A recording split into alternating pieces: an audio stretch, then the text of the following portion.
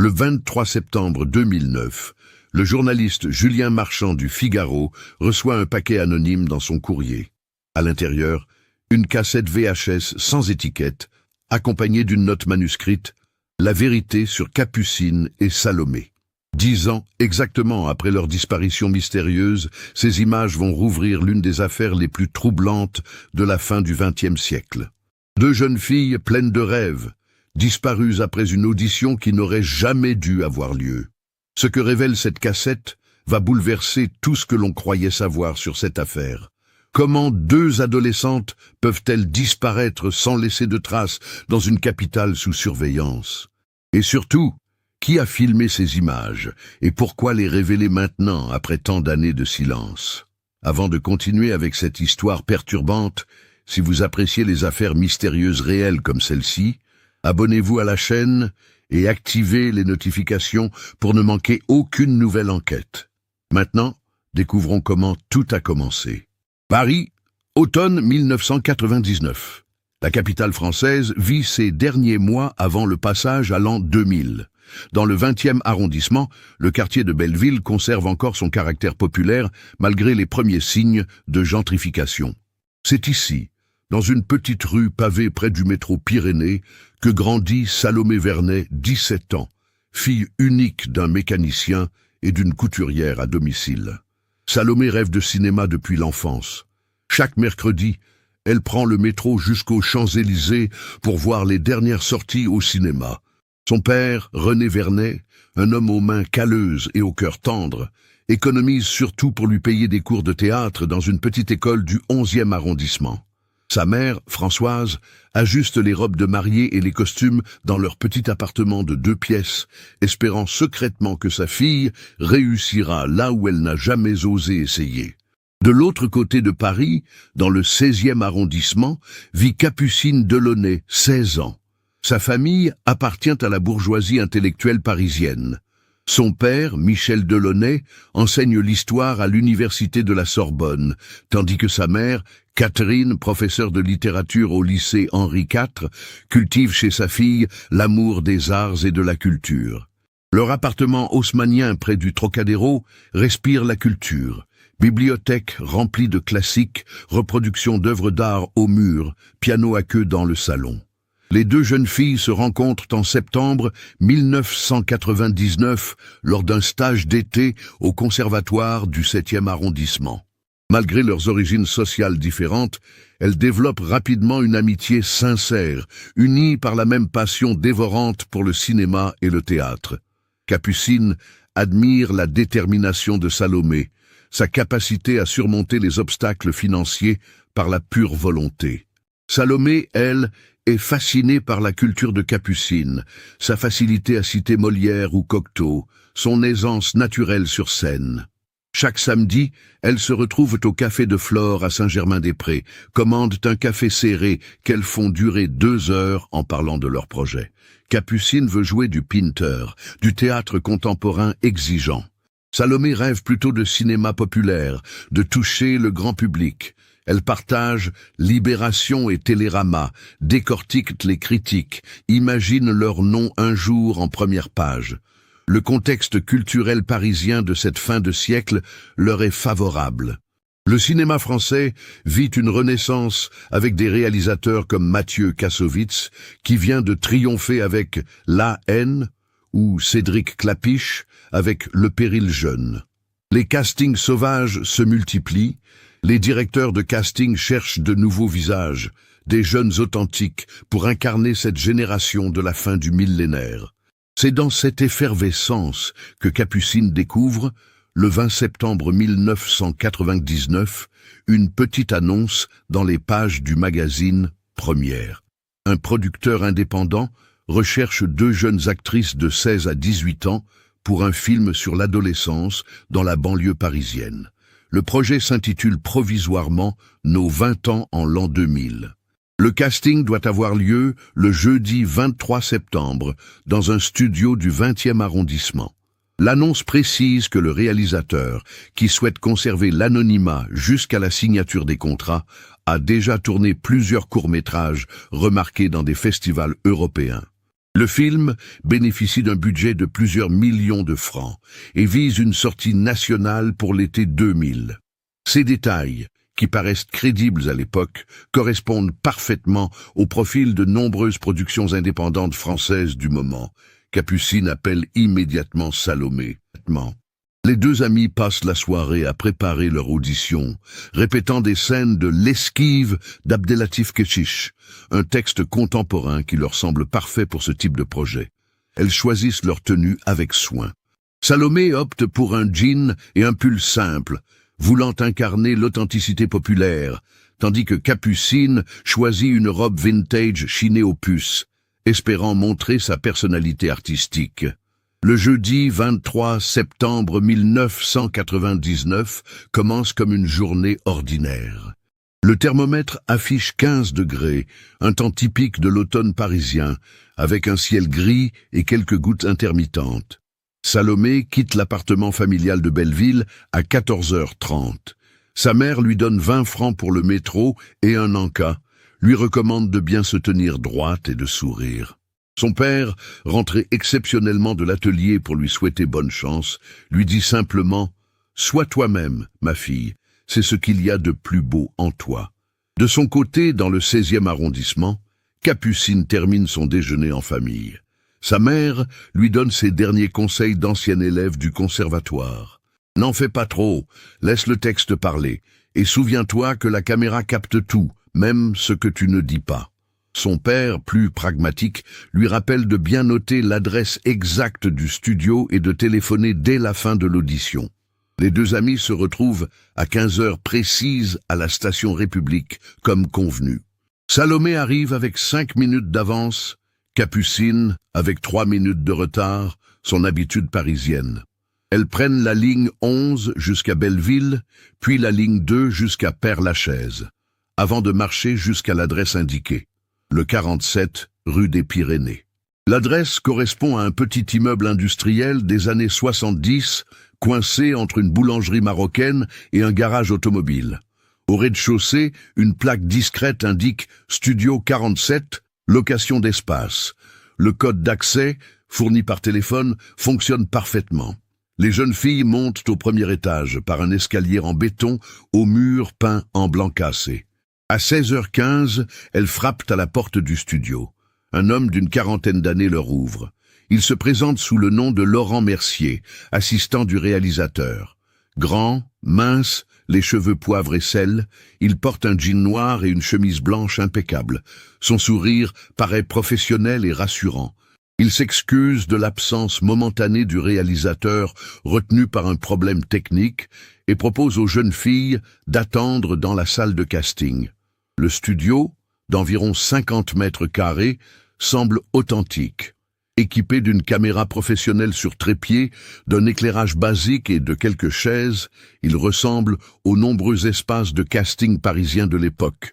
Des affiches de films récents décorent les murs. Rosetta, des frères Dardenne, Le goût des autres, d'Agnès Jaoui. Une table basse porte des numéros récents de Cahiers du cinéma et de Positif. Laurent Mercier demande aux jeunes filles de remplir une fiche standard, état civil, expérience théâtrale, film vu récemment, motivation pour ce projet.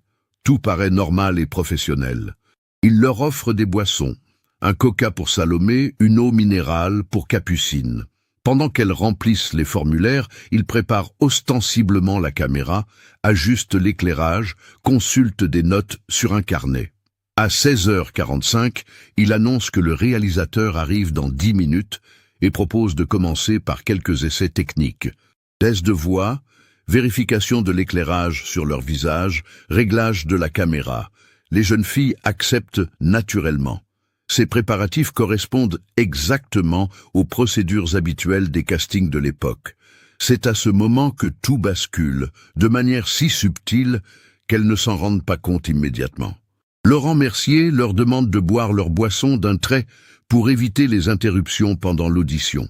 Habituées aux exigences parfois étranges du milieu artistique, elles s'exécutent sans méfiance. 15 minutes plus tard, Salomé commence à ressentir une légère somnolence, qu'elle attribue d'abord au stress et à la fatigue de la journée. Capucine se plaint d'un léger mal de tête. Laurent Mercier, toujours souriant et professionnel, leur propose de s'allonger quelques minutes sur le canapé du studio, le temps que le réalisateur arrive. Les derniers souvenirs cohérents des jeunes filles datent de 17h15. Salomé se souvient vaguement d'avoir voulu se lever pour téléphoner à sa mère, mais de ne plus y arriver. Capucine garde l'image floue de Laurent Mercier qui téléphone à quelqu'un en chuchotant, puis plus rien. Le soir même, quand ni Salomé ni Capucine ne rentrent chez elles et ne donnent de nouvelles, leur famille s'inquiète rapidement. Françoise Vernet appelle les Delaunay vers 20h. Catherine Delaunay, elle aussi anxieuse, confirme que Capucine n'est pas rentrée. Les deux mères se rendent ensemble au commissariat du 20e arrondissement vers 21h30. L'enquête commence immédiatement. Les policiers se rendent au 47, rue des Pyrénées, dès 22h. Ils trouvent l'immeuble plongé dans l'obscurité. Le concierge, Monsieur Hadj, un retraité algérien qui vit là depuis 15 ans, confirme qu'il n'y a jamais eu de studio 47 dans l'immeuble. Le premier étage abrite seulement un petit entrepôt textile, fermé depuis 3 mois pour cause de liquidation judiciaire.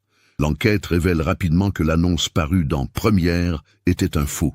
Le magazine confirme qu'aucune publicité n'a été payée pour ce casting. Quelqu'un a simplement glissé une fausse page publicitaire dans quelques exemplaires du magazine, distribués dans certains kiosques parisiens. Une technique artisanale mais efficace pour cibler précisément de jeunes aspirantes actrices. La dernière trace des jeunes filles remonte à 15h50, captée par la caméra de surveillance de la boulangerie voisine.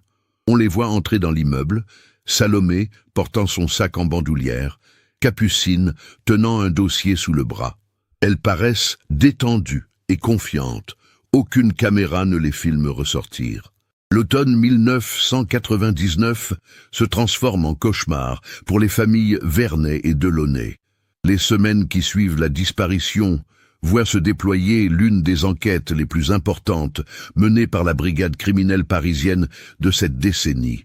Le commandant Laurent Giraud, un homme de 52 ans aux 28 années d'expérience dans la police judiciaire, prend personnellement en charge l'affaire. L'enquête de proximité révèle que plusieurs jeunes filles de la région parisienne ont reçu des appels téléphoniques similaires dans les semaines précédentes. 3 adolescentes de Montreuil, 2 de Créteil et 1 de Nanterre témoignent avoir été contactées pour des castings fictifs dans différents arrondissements parisiens. Toutes décrivent le même scénario. Un homme à la voix posée et professionnelle, connaissant parfaitement le vocabulaire du cinéma, proposant des auditions pour des films indépendants avec de vrais budgets. Heureusement, ces jeunes filles n'ont pas donné suite, soit par méfiance instinctive, soit parce que leurs parents s'y sont opposés. Leurs témoignages permettent d'établir que le prédateur opérait selon une méthode rodée, ciblant spécifiquement des adolescentes passionnées par le cinéma et issues de milieux sociaux différents. René Vernet prend un congé sans solde de son garage pour participer activement aux recherches. Chaque matin, il arpente les rues de Paris avec des photos de Salomé, interrogeant les commerçants, les gardiens d'immeubles, les sans-abri qui voient tout et ne disent rien.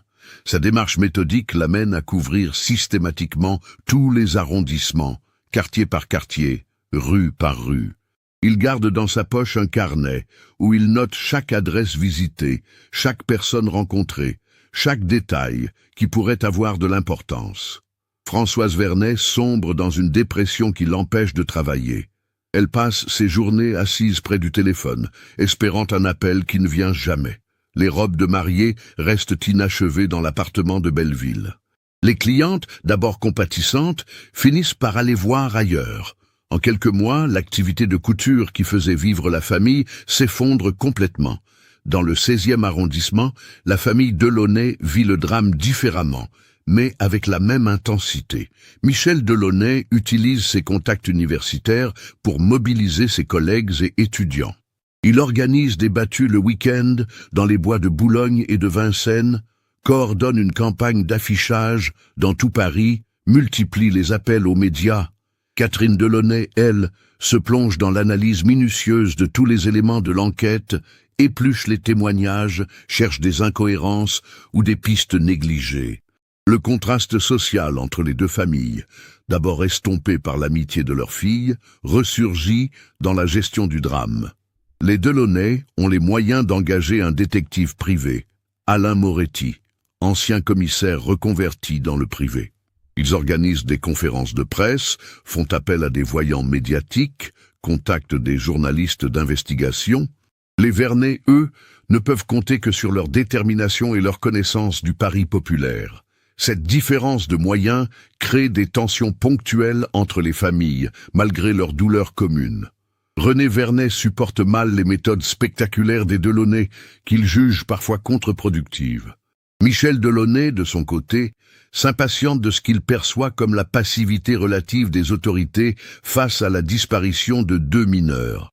Au printemps 2000, soit 6 mois après la disparition, l'enquête officielle marque le pas.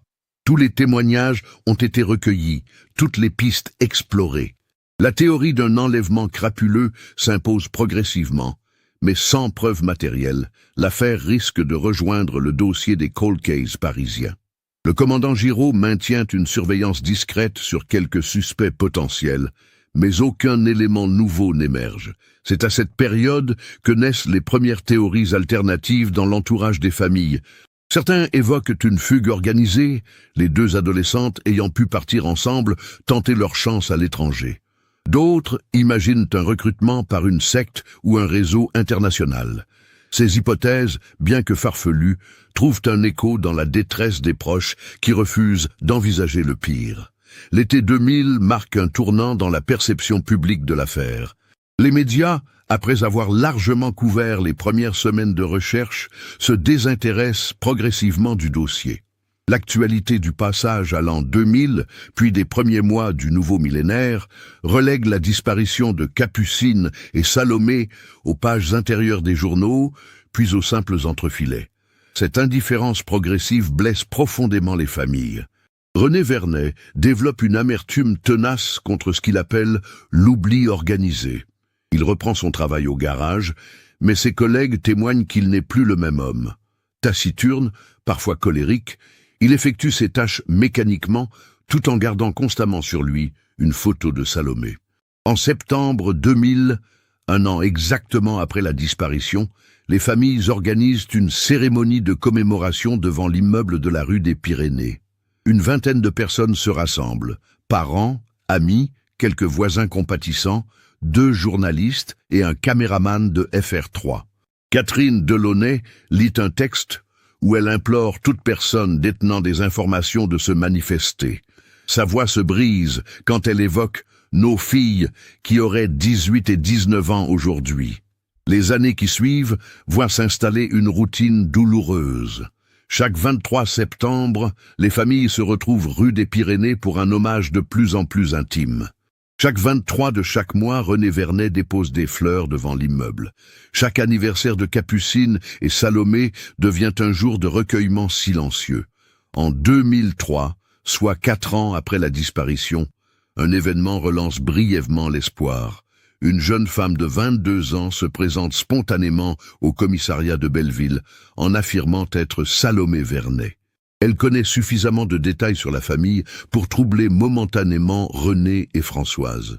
L'expertise ADN, pratiquée en urgence, révèle qu'il s'agit d'une mythomane en recherche d'identité, elle-même victime de maltraitance familiale. Cet épisode traumatisant achève de briser les derniers espoirs des Vernet. En 2005, 6 ans après les faits, Michel Delaunay prend sa retraite anticipée de l'université. Il consacre désormais tout son temps à l'enquête, transformant une pièce de son appartement en véritable centre de documentation sur l'affaire. Classeurs, cartes, photos, témoignages, tout est méticuleusement archivé et régulièrement réexaminé. Cette obsession inquiète Catherine, qui voit son mari s'enfermer dans une quête sans fin. C'est également en 2005 qu'apparaît un nouveau personnage qui va jouer un rôle crucial dans la suite des événements. Julien Marchand, 28 ans, jeune journaliste au Figaro, spécialisé dans les faits divers parisiens, s'intéresse à l'affaire dans le cadre d'un dossier sur les disparitions non résolues. Son article, publié en septembre 2005, relance momentanément l'attention médiatique sur le cas de Capucine et Salomé. Marchand apporte un regard neuf sur l'enquête. Contrairement aux journalistes qui ont couvert l'affaire en temps réel, il n'est pas pollué par les premières impressions et les théories initiales. Son approche méthodique, inspirée des techniques du journalisme d'investigation anglo-saxon, l'amène à recontacter tous les témoins, à vérifier tous les éléments factuels, à chercher les incohérences dans les témoignages. Sa démarche professionnelle séduit Michel Delaunay, qui lui donne accès à tous ses dossiers. René Vernet, plus méfiant envers les journalistes depuis les déceptions passées, accepte finalement de collaborer après avoir testé la sincérité et la persévérance du jeune homme. Marchand passe ainsi plusieurs mois en 2005 et 2006 à reconstituer minutieusement les dernières heures de Capucine et Salomé. Ces recherches ne débouchent sur aucune révélation spectaculaire, mais elles permettent d'affiner certains détails de l'enquête. Marchand établit notamment que la fausse annonce dans Première a été insérée avec une technique sophistiquée nécessitant des complicités dans la chaîne de distribution du magazine. Il identifie également plusieurs autres castings fictifs organisés dans Paris entre 1998 et 2000, suggérant que le prédateur était actif depuis plus longtemps qu'initialement supposé. En 2007, 8 ans après la disparition, l'affaire connaît un nouveau rebondissement inattendu. Un détenu de la prison de Fleury-Mérogis, incarcéré pour proxénétisme aggravé, contacte les autorités en prétendant détenir des informations sur le sort de Capucine et Salomé. Cet homme, Didier Bonneau, 45 ans, originaire de la région parisienne, affirme avoir rencontré les jeunes filles dans un réseau de prostitution en Europe de l'Est. Son témoignage, d'abord pris au sérieux, s'avère rapidement fantaisiste. Bonneau espérait obtenir une réduction de peine en échange de ses révélations. L'enquête approfondie révèle qu'il était déjà incarcéré en 1999 au moment de la disparition. Cet épisode illustre la difficulté des enquêteurs à faire le tri entre les vraies pistes et les affabulations d'individus en quête de notoriété ou d'avantages judiciaires. L'année 2008 marque une période de relatif découragement pour toutes les parties impliquées dans l'affaire. Le commandant Giraud, désormais proche de la retraite, reconnaît privately que l'enquête a probablement atteint ses limites avec les moyens traditionnels. Les familles, épuisées par 9 années d'espoir et de déception, commencent à envisager l'organisation de cérémonies d'adieu symboliques. C'est dans ce contexte que Julien Marchand, devenu au fil des années un spécialiste reconnu de l'affaire, maintient une veille médiatique active. Il a développé un réseau de contacts dans la police, la justice et les médias européens, convaincu que la clé de l'énigme se trouve peut-être ailleurs qu'en France. Sa persévérance va se révéler décisive. Le matin du 23 septembre 2009, exactement 10 ans après la disparition, Julien Marchand arrive dans les bureaux du Figaro vers 9 heures, comme chaque jour depuis 4 ans. À 32 ans, il est devenu l'un des journalistes d'investigation les plus respectés de sa génération. Mais l'affaire Capucine et Salomé reste son obsession professionnelle et personnelle. Ce matin-là, la préposée au courrier, Madame Legrand, lui remet un paquet qui l'intrigue immédiatement. L'enveloppe Kraft, de format A4, porte son nom tapé à la machine à écrire, une pratique devenue rare en cette époque du tout numérique. L'adresse de l'expéditeur est absente, et le cachet de la poste indique un envoi depuis le 15e arrondissement de Paris, daté du 21 septembre. Marchand palpe l'enveloppe avant de l'ouvrir. Elle contient visiblement un objet rectangulaire rigide. Intrigué par cette livraison le jour anniversaire de la disparition, il ouvre délicatement l'enveloppe. À l'intérieur, il découvre une cassette VHS sans étiquette, accompagnée d'une feuille de papier blanc pliée en 4. Le message, rédigé dans une écriture soignée à l'encre bleue, est bref et troublant. « Monsieur Marchand, votre persévérance mérite d'être récompensée. Cette cassette contient la vérité sur ce qui est arrivé à Capucine Delaunay et Salomé Vernet le 23 septembre 1999. Regardez-la seule, puis décidez ce que vous en ferez. un témoin du temps. Le journaliste observe longuement la cassette. Le format VHS, déjà obsolète en 2009, suggère que l'enregistrement date de plusieurs années. La cassette elle-même ne porte aucune inscription, aucune trace d'usure particulière. Elle semble avoir été conservée précieusement pendant des années avant d'être envoyée. Marchand hésite sur la conduite à tenir. Son instinct professionnel lui dicte de contacter immédiatement la police, mais sa curiosité de journaliste et sa connaissance intime de l'affaire le poussent à visionner d'abord le contenu. Il décide de rentrer chez lui pendant sa pause déjeuner pour regarder la cassette dans l'intimité.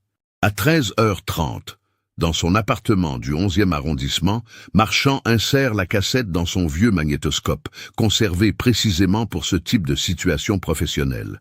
L'écran grésille quelques secondes, puis une image floue apparaît progressivement. Ce qu'il découvre le glace d'horreur et confirme ses pires craintes sur le sort des deux adolescentes. Les premières images montrent un espace confiné, probablement une cave ou un sous-sol aménagé. L'éclairage artificiel, constitué d'ampoules nues suspendues au plafond, crée une ambiance sinistre. On distingue des murs en béton brut, une porte métallique au fond, quelques objets hétéroclites éparpillés dans l'espace. Puis la caméra pivote vers deux silhouettes recroquevillées dans un coin de la pièce. Marchand reconnaît immédiatement, malgré l'image de qualité médiocre, Capucine et Salomé. Les jeunes filles, visiblement amaigries et terrorisées, portent des vêtements sales qui ne sont plus ceux de leur disparition. Leurs cheveux sont coupés courts, de manière grossière. Leurs visages expriment une peur profonde et une résignation qui serre le cœur. La caméra est manipulée par quelqu'un qui reste hors champ, mais dont on entend parfois la respiration ou de légers déplacements. Cette personne semble filmer de manière amateur, sans technique particulière, comme pour constituer une archive personnelle plutôt qu'un document destiné à être diffusé. L'enregistrement, d'une durée de 11 minutes, ne contient aucune violence explicite, mais l'implication est claire et terrifiante. On voit les jeunes filles contraintes de regarder la caméra, de dire leur nom, d'indiquer qu'elles sont bien traitées.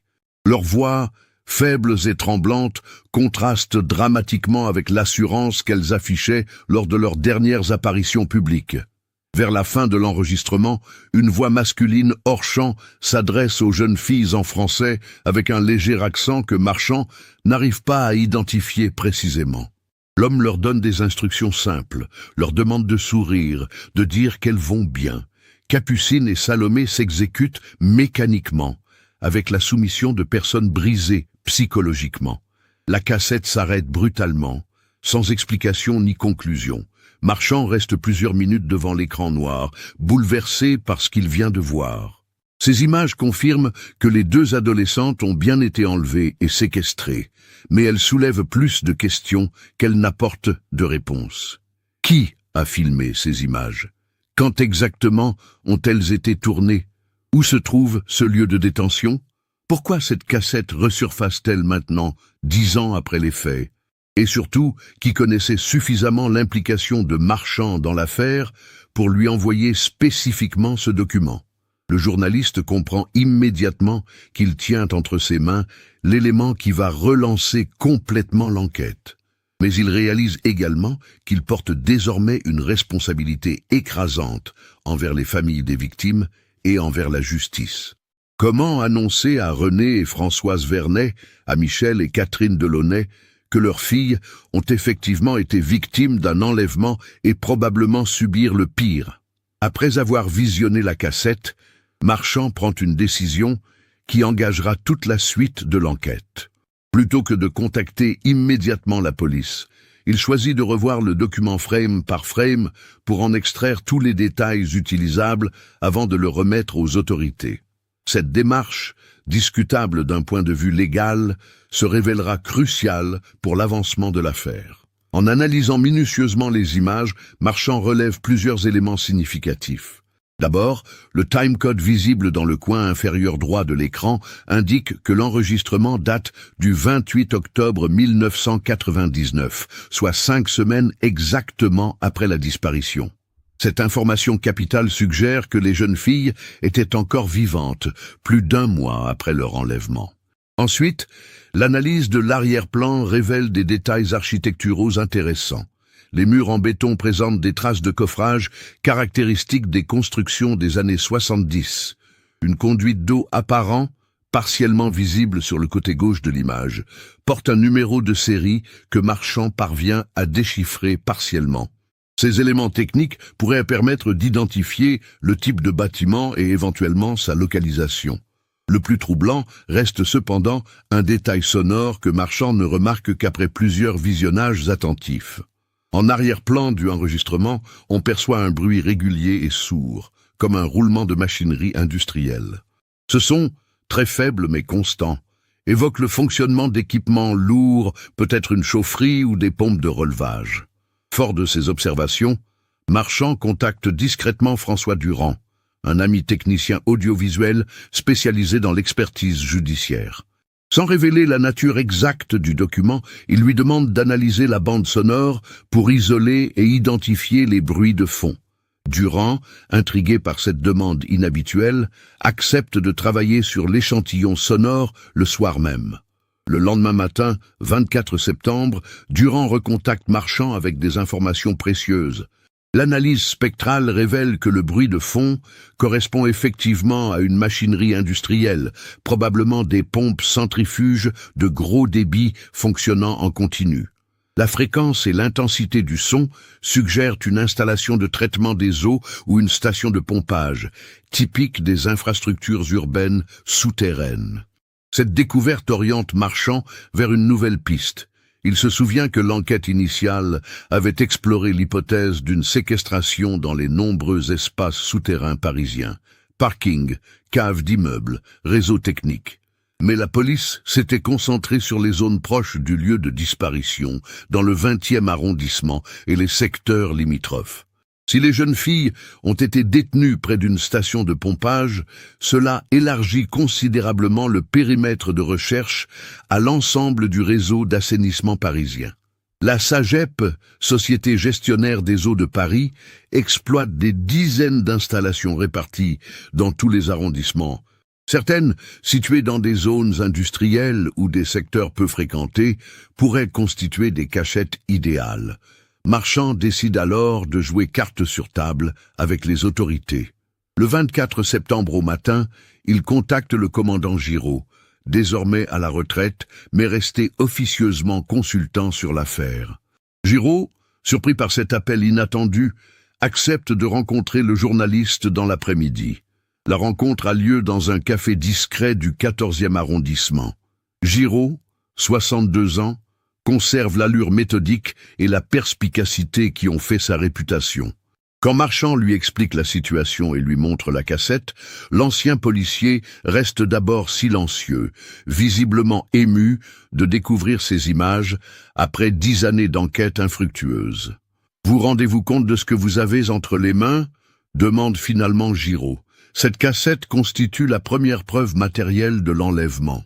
Mais elle pose aussi des questions terrifiantes sur l'identité de l'expéditeur. Qui garde un tel document pendant 10 ans avant de vous l'envoyer? Et pourquoi maintenant? Giraud analyse rapidement les implications de cette découverte. D'abord, elle confirme définitivement que Capucine et Salomé ont été victimes d'un enlèvement organisé, écartant toutes les théories alternatives de fugue ou d'accident. Ensuite, elle suggère que leurs ravisseurs maîtrisaient les techniques audiovisuelles et avaient probablement l'habitude de documenter leurs crimes. Le plus inquiétant, selon l'ancien commandant, reste l'identité de l'expéditeur anonyme. 3 hypothèses se dessinent. Soit l'un des ravisseurs souhaite révéler la vérité pour des raisons personnelles, soit un complice cherche à se dédouaner en orientant l'enquête, soit un témoin indirect a découvert cette cassette et décide enfin de la transmettre aux autorités. Giraud insiste pour que Marchand remette immédiatement le document au commissariat. L'analyse technique approfondie pourrait révéler des indices invisibles à l'œil nu. Empreinte digitale sur la cassette, trace ADN sur l'enveloppe, expertise de l'écriture du message d'accompagnement. Chaque heure de retard diminue les chances d'exploiter efficacement ces éléments. L'après-midi même, Marchand et Giraud se rendent ensemble au commissariat du 20e arrondissement. Le commandant Lévy, successeur de Giraud sur l'affaire, accueille cette découverte avec un mélange de satisfaction et d'inquiétude. Satisfaction de voir enfin l'enquête relancée par des éléments tangibles, inquiétude face aux implications de ces révélations pour les familles et l'opinion publique. La cassette est immédiatement transmise au laboratoire de police scientifique de l'identité judiciaire. Les experts confirment rapidement l'authenticité du document et l'absence de montage ou de manipulation. L'analyse de l'enveloppe et du message ne révèle aucune empreinte exploitable, suggérant que l'expéditeur a pris ses précautions. Parallèlement, l'expertise audiovisuelle confirme et précise les observations de Marchand et Durand. Le bruit de fond correspond effectivement à des pompes industrielles, probablement installées dans un local technique souterrain. La réverbération acoustique indique un espace de taille moyenne, avec des murs en béton et un plafond relativement bas. Ces éléments techniques permettent aux enquêteurs de dresser un profil plus précis du lieu de détention. Il s'agit probablement d'un local technique situé dans le sous-sol d'un bâtiment industriel ou administratif à proximité d'une installation de pompage. Ce type d'espace, généralement peu surveillé et rarement visité, constituerait effectivement une cachette idéale pour des criminels expérimentés. Le 25 septembre, soit 48 heures après la réception de la cassette, le commandant Lévy convoque une réunion d'urgence avec tous les services impliqués dans l'enquête. Participent à cette séance de travail les équipes de la brigade criminelle, de l'identité judiciaire, de la police technique et scientifique, ainsi que des représentants de la SAGEP et des services techniques de la ville de Paris. L'objectif est de dresser une cartographie exhaustive de tous les sites parisiens correspondant aux caractéristiques déduites de l'analyse de la cassette. La SAGEP fournit la liste de ces installations de pompage, complétée par l'inventaire des chaufferies urbaines, des locaux techniques du métro et des espaces souterrains des grands ensembles immobiliers. Cette cartographie révèle l'ampleur du défi. Paris compte plusieurs centaines de sites correspondant potentiellement aux critères identifiés. Une perquisition systématique nécessiterait des moyens considérables et plusieurs mois de travail, sans garantie de résultat si la séquestration a eu lieu en banlieue ou si les lieux ont été modifiés depuis 2000.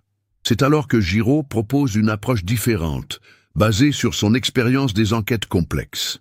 Plutôt que de rechercher le lieu de détention, il suggère de se concentrer sur l'identité de l'expéditeur de la cassette. Cette personne possède des informations précises sur l'affaire et a choisi spécifiquement Marchand comme destinataire. Elle connaît donc forcément l'implication du journaliste dans l'enquête. Cette piste conduit les enquêteurs à éplucher tous les contacts professionnels et personnels de Marchand en lien avec l'affaire. Ils dressent une liste des personnes ayant eu accès aux informations détaillées sur son travail. Sources policières, membres des familles, autres journalistes, experts consultés, témoins interviewés au fil des années. Parmi ces contacts figure un nom qui retient l'attention de Giraud. Alain Moretti, le détective privé engagé par les Delaunay en 2000. Moretti a travaillé étroitement avec Marchand entre 2005 et 2006, partageant informations et hypothèses. Ancien commissaire, il possède l'expérience et les contacts nécessaires pour mener des investigations discrètes. Mais surtout, Moretti habite le 15e arrondissement, d'où a été expédiée la cassette. Cette coïncidence géographique, ajoutée à sa connaissance intime de l'affaire et à ses liens avec Marchand, en fait un suspect potentiel ou, au minimum, un intermédiaire possible dans la transmission du document. Le 26 septembre, Giraud et Lévy décident de convoquer Moretti pour un entretien informel. L'ancien détective, âgé de 68 ans, vit seul dans un appartement bourgeois de la rue Lecourbe depuis son veuvage en 2007. Ses anciens collègues le décrivent comme un homme intègre mais obsessionnel, marqué par plusieurs affaires non résolues de sa carrière active. Quand les policiers sonnent à sa porte le 26 septembre au matin, Moretti les accueille sans surprise apparente. Son attitude calme et coopérative contraste avec la tension des enquêteurs. Il accepte de les accompagner au commissariat pour clarifier sa situation, une formulation qui intrigue Giraud par sa précision juridique. Au commissariat, Moretti confirme d'emblée qu'il est effectivement l'expéditeur de la cassette. Cette confession immédiate surprend les enquêteurs, qui s'attendaient à une phase de déni et de négociation. Moretti explique qu'il attendait cette convocation depuis le 23 septembre et qu'il est soulagé de pouvoir enfin tout révéler. Son récit va bouleverser complètement la compréhension de l'affaire et révéler une vérité encore plus sombre que tout ce qui avait été imaginé jusqu'alors. Dans la salle d'interrogatoire du commissariat du 20e arrondissement, Alain Moretti commence son récit d'une voix posée, avec la précision d'un ancien policier habitué aux dépositions officielles. Ce qu'il révèle va éclairer 10 années de mystère sous un jour terrifiant. Tout a commencé en février 2008. Explique Moretti, en regardant fixement ses mains croisées sur la table. J'enquêtais sur une affaire de mœurs pour un client privé, une histoire de chantage dans le milieu artistique parisien. Mes investigations m'ont mené vers un réseau que je n'aurais jamais dû découvrir. Moretti raconte comment cette enquête sur un proxénète de Pigalle l'a conduit à identifier un groupe d'individus spécialisés dans l'enlèvement et l'exploitation de jeunes femmes. Contrairement au réseau de prostitution classique, ces criminels ciblaient spécifiquement des aspirantes actrices et mannequins, exploitant leurs rêves artistiques pour les attirer dans des pièges sophistiqués. Le chef de ce réseau était quelqu'un que personne n'aurait soupçonné, poursuit Moretti. Philippe Lemont, 54 ans, producteur de films publicitaires, père de famille respectable habitant Neuilly-sur-Seine. Il possédait une société de production légitime, Lumière Film, qui servait de façade à ses activités criminelles. Lemont opérait selon un mode opératoire rodé. Il identifiait ses victimes potentielles en surveillant les écoles de théâtre, les castings légitimes, les concours de mannequinat. Ses complices, dont le fameux Laurent Mercier qui avait piégé Capucine et Salomé, se faisaient passer pour des assistants de casting et organisaient de fausses auditions dans des lieux temporaires. Les jeunes femmes sélectionnées étaient droguées lors de ces prétendues auditions, puis transportées vers un lieu de détention situé dans les sous-sols d'un ancien entrepôt désaffecté de Montreuil, en Seine-Saint-Denis. Cet entrepôt, officiellement vide depuis une liquidation judiciaire, appartenait à une société écran contrôlée par Lemont. Les victimes étaient contraintes de participer à des productions audiovisuelles destinées à une clientèle internationale très spécifique, explique Moretti, évitant volontairement les détails les plus sordides. Lemont avait développé un commerce lucratif avec des collectionneurs privés en Europe et en Amérique du Nord, des hommes fortunés payant des sommes considérables pour des contenus personnalisés. Le réseau fonctionnait depuis au moins 1998. Lemont et ses complices avaient perfectionné leur méthode au fil des années, ciblant exclusivement des jeunes femmes sans famille, proches ou issues de milieux modestes, limitant ainsi les risques d'enquêtes approfondies. Capucine et Salomé représentaient une exception à cette règle, leur profil social ayant probablement attiré l'attention des autorités plus qu'escompté. Moretti révèle ensuite comment il a découvert l'implication de Lemont dans la disparition des 2 adolescentes. En surveillant discrètement le producteur dans le cadre de son enquête initiale, il l'a vu rencontrer Laurent Mercier dans un café de République en mars 2008.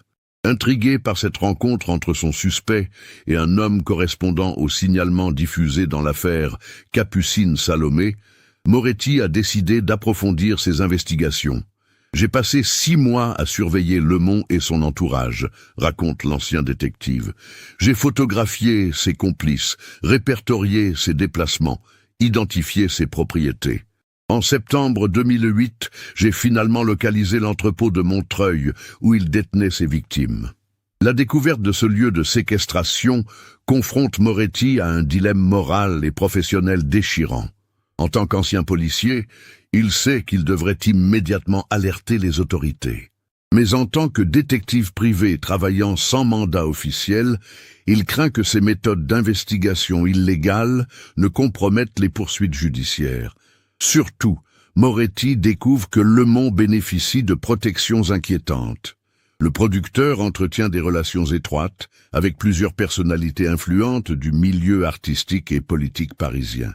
Certains de ses clients occupent des positions qui leur permettraient d'étouffer une enquête ou de faire disparaître des preuves. J'ai pris la décision la plus difficile de ma carrière, confie Moretti, la voix brisée par l'émotion. J'ai choisi d'infiltrer le réseau pour rassembler des preuves irréfutables avant d'alerter la justice. Je pensais pouvoir sauver les victimes et démanteler complètement l'organisation. Moretti explique comment il a réussi à pénétrer dans l'entrepôt de Montreuil en octobre 2008, en se faisant passer pour un client potentiel. C'est lors de cette infiltration qu'il a pu filmer secrètement les locaux et récupérer la cassette contenant les images de Capucine et Salomé. Les conditions de détention étaient épouvantables, décrit-il, luttant visiblement contre ses souvenirs. L'entrepôt était divisé en plusieurs cellules improvisées. Les victimes, une dizaine au total, étaient maintenues dans un état de terreur et de soumission absolue. Beaucoup présentaient des signes évidents de violence physique et psychologique. Mais quand Moretti découvre l'ampleur du réseau et l'identité de certains clients, il comprend qu'il s'attaque à une organisation dépassant largement ses capacités d'intervention. Les ramifications internationales, les complicités politiques et policières, les moyens financiers considérables du groupe rendent toute action isolée extrêmement dangereuse. J'ai essayé de contacter discrètement des collègues de confiance dans la police, explique Moretti, mais à chaque fois, mes interlocuteurs semblaient réticents à poursuivre les investigations. Certains évoquaient des consignes d'en haut, d'autres prétendaient manquer de preuves suffisantes. Face à ces obstacles, Moretti prend une décision désespérée. Il organise une intervention clandestine pour libérer les victimes et faire éclater le scandale publiquement. Avec l'aide de 2 anciens collègues reconvertis dans la sécurité privée, il planifie un raid sur l'entrepôt de Montreuil pour la nuit du 15 novembre 2008. Nous avons trouvé l'entrepôt vide, révèle Moretti, effondré. Le Monde avait été prévenu de nos intentions. Toutes les victimes avaient été déplacées, tous les équipements démontés. Il ne restait qu'un local désaffecté sans la moindre trace d'activité criminelle.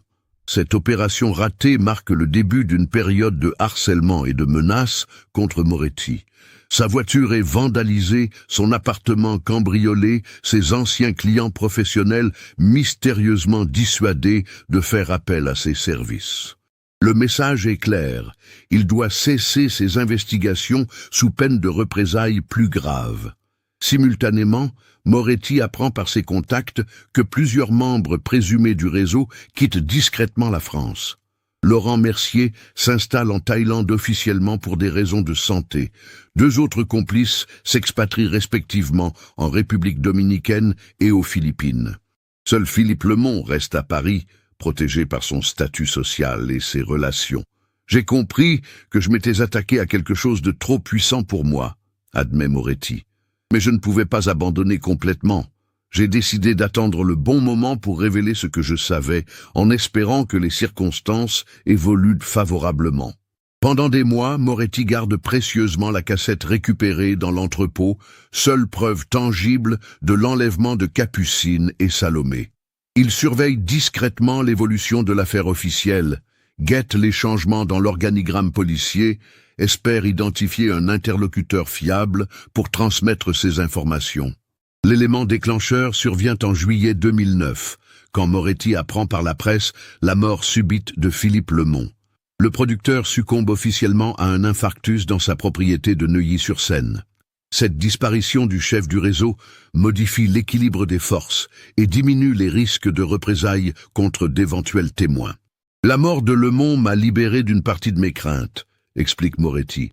Mais il me fallait encore choisir le bon interlocuteur pour révéler la vérité. Les familles des victimes méritèrent de savoir, mais je craignais que la police officielle n'enterre à nouveau l'affaire pour éviter un scandale. C'est pourquoi Moretti choisit d'envoyer la cassette à Julien Marchand plutôt qu'aux autorités. Le journaliste a démontré sa persévérance et son intégrité pendant des années d'investigation. Son statut de presse lui permet de révéler la vérité publiquement, rendant plus difficile tout étouffement de l'affaire. J'ai attendu le 10e anniversaire de la disparition pour symboliser ma démarche, conclut Moretti. 10 ans de silence, c'était suffisant. Les familles et l'opinion publique avaient le droit de connaître la vérité, même si elle est terrible.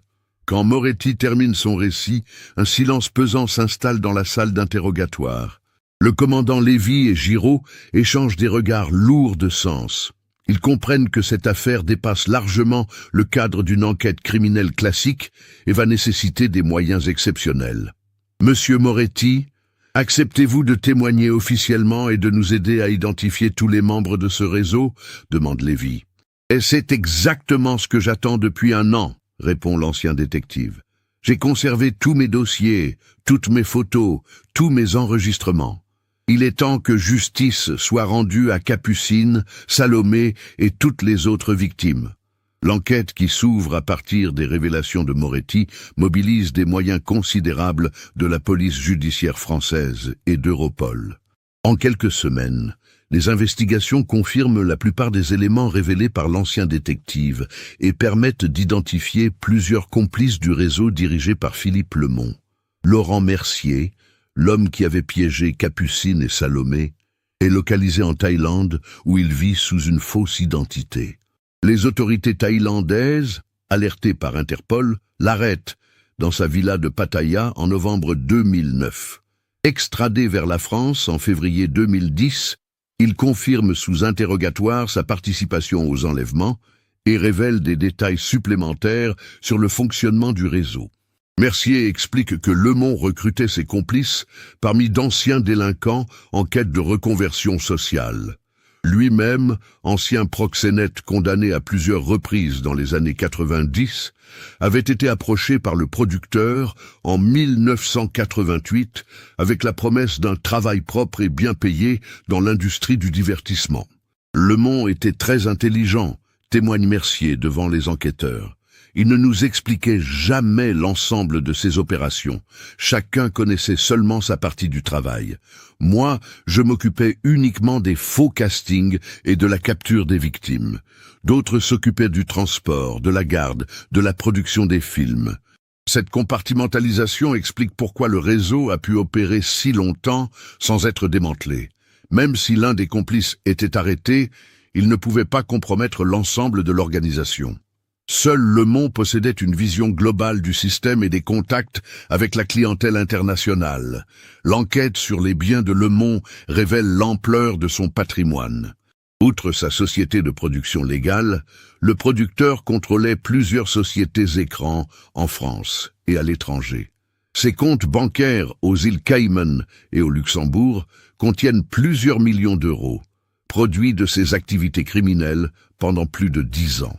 Plus troublant encore, les enquêteurs découvrent dans son coffre-fort personnel une liste de clients comprenant des noms connus du milieu artistique, politique et économique européen. Cette liste Lemont devient rapidement l'un des dossiers les plus sensibles de la justice française, nécessitant des investigations discrètes pour éviter de compromettre des personnalités influentes innocentes. Parallèlement, les recherches se concentre sur le sort exact de Capucine et Salomé.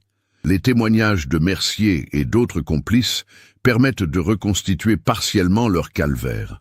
Les 2 adolescentes ont effectivement été séquestrées dans l'entrepôt de Montreuil pendant plusieurs mois, contraintes de participer à des productions destinées à des clients privés. Elles résistaient plus que les autres, se souvient Mercier avec une gêne visible. Lemont était furieux parce qu'elles refusaient de coopérer complètement. Il disait qu'elles allaient poser des problèmes et qu'il fallait s'en débarrasser rapidement. Cette résistance des jeunes filles explique probablement pourquoi elles ont disparu du circuit de Lemont plutôt que d'autres victimes. Selon les témoignages recueillis, elles auraient été transférées vers un autre réseau en Europe de l'Est au printemps 2000, soit 6 mois après leur enlèvement. Les enquêteurs parviennent à identifier ce réseau secondaire, dirigé par des ressortissants albanais spécialisés dans le trafic d'êtres humains vers les Balkans. Mais les investigations dans cette direction se heurtent aux difficultés de coopération judiciaire internationale et aux changements politiques survenus dans la région depuis 2000.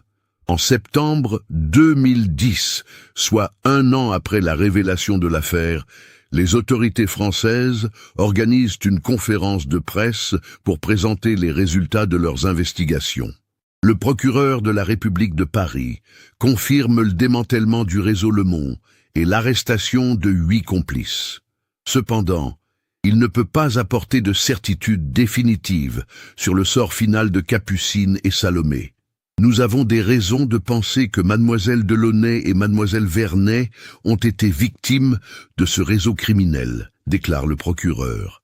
Mais l'état actuel de nos investigations ne nous permet pas de déterminer avec certitude ce qui leur est arrivé après leur transfert présumé hors de France. Cette annonce officielle apporte une forme de closure aux familles, tout en laissant subsister une part d'incertitude douloureuse. René et Françoise Vernet, Michel et Catherine Delaunay peuvent enfin faire leur deuil en connaissant la vérité sur l'enlèvement de leur fille. Mais l'absence de leur corps et l'incertitude sur leurs derniers moments maintiennent une blessure ouverte. René Vernet, désormais âgé de 63 ans, exprime un mélange de soulagement et d'amertume lors de sa dernière interview télévisée. « Nous savons enfin ce qui est arrivé à notre Salomé. Ces criminels lui ont volé sa vie, ses rêves, son avenir. Mais au moins, nous pouvons arrêter de nous demander si elle va revenir un jour. » Catherine Delaunay, elle, trouve dans cette révélation la force de reprendre une vie normale après 11 années de recherche obsessionnelle. Capucine était une battante. Savoir qu'elle a résisté jusqu'au bout nous rend fiers d'elle. Elle reste notre héroïne, même dans ce cauchemar. L'affaire Le Mont provoque également une remise en question profonde des procédures de protection des jeunes artistes en France. Le ministère de la Culture met en place de nouvelles réglementations pour encadrer les castings et auditions, obligeant les producteurs à s'enregistrer officiellement et à respecter des protocoles stricts lors du recrutement de mineurs. Julien Marchand, dont le rôle dans la révélation de l'affaire lui vaut une reconnaissance professionnelle nationale, continue à enquêter sur les ramifications internationales du réseau. Son livre sur l'affaire, publié en 2011 sous le titre « Capucine et Salomé », enquête sur un réseau de l'ombre, devient un best-seller et contribue à sensibiliser l'opinion publique aux dangers du trafic d'êtres humains. Alain Moretti, bien que blanchi de tout soupçon de complicité, porte le poids de ces années de silence. Il se retire définitivement de toute activité professionnelle et consacre sa retraite à aider bénévolement des associations de recherche de personnes disparues. En mai 2012, soit près de 13 ans après la disparition, une cérémonie d'hommage est organisée au Père-Lachaise en mémoire de Capucine Delaunay et Salomé Vernet. Leurs familles, réunies pour la dernière fois publiquement, dévoilent une plaque commémorative rappelant leurs rêves artistiques et leur courage face à l'adversité. L'inscription, rédigée conjointement par les 4 parents, résume l'esprit des 2 adolescentes. Capucine et Salomé, 16 et 17 ans, mortes pour avoir cru aux promesses du cinéma. Leur passion pour l'art et leur amitié resteront à jamais plus fortes que la barbarie qui leur a ôté la vie. Cette affaire continue d'alimenter les réflexions sur la vulnérabilité des jeunes artistes et l'importance de la prévention dans les milieux culturels. Elle illustre tragiquement comment des rêves légitimes peuvent être exploités par des prédateurs sophistiqués et comment le silence peut parfois protéger les criminels plus efficacement que n'importe quelle complicité active. Aujourd'hui encore, l'enquête sur les ramifications internationales du réseau Le Mont reste partiellement ouverte. Des investigations discrètes se poursuivent en Europe de l'Est et en Asie du Sud-Est, dans l'espoir de retrouver d'autres victimes et de démanteler les dernières cellules de cette organisation criminelle qui a brisé tant de vies pendant plus de 10 ans. Cette affaire nous montre à quel point la frontière entre rêve et cauchemar peut être mince dans certains milieux artistiques. Elle illustre également l'importance de la persévérance journalistique et du courage de certains témoins pour révéler des vérités que d'autres préféraient garder enfouies. Aviez-vous perçu les signaux troublants au fil de cette enquête? Que pensez-vous du silence de Moretti pendant toutes ces années? Partagez vos réflexions dans les commentaires. Si cette investigation vous a marqué, n'oubliez pas de vous abonner à la chaîne et d'activer les notifications pour ne manquer aucune de nos enquêtes approfondies. Votre like et vos partages nous aident à continuer ce travail de mémoire pour toutes les victimes d'affaires similaires.